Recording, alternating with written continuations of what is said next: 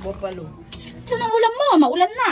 Oh, ito, bes. Ano yun, bes? Butter garlic chicken or buffalo. Buffalo chicken. Wow, ano yung nilalagay mong puti, bes? Kuto? Hindi, sesame yan, bes. Ay! Tapos ito, bes. Para saan ba yung sesame? Kaya sandok. Dali. Pampaganda lang? Hindi, papasarap din yan sa itong.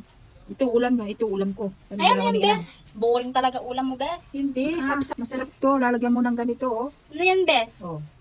Ayan ito. Ano tong gulay na to? Ang palaya yan, tapos ano. Sobrang pait naman ang Masiran. ulam mo, bes. Masarap to, bes. Oh.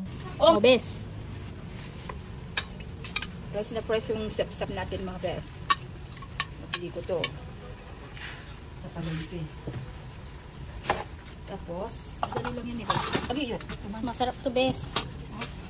Mas masarap. Tapos, ano naman? Ito, yung sili. Sili na green. Oh. Mamaya natin ilagay yung ano, yung palaya na dahon para hindi siya masyadong mapag-best. Yan.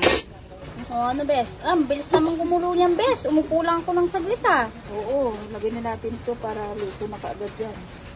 Ayun, ito na yan, bes. Ito na, Oh, bes. bes, ang bilis. Oo, bes.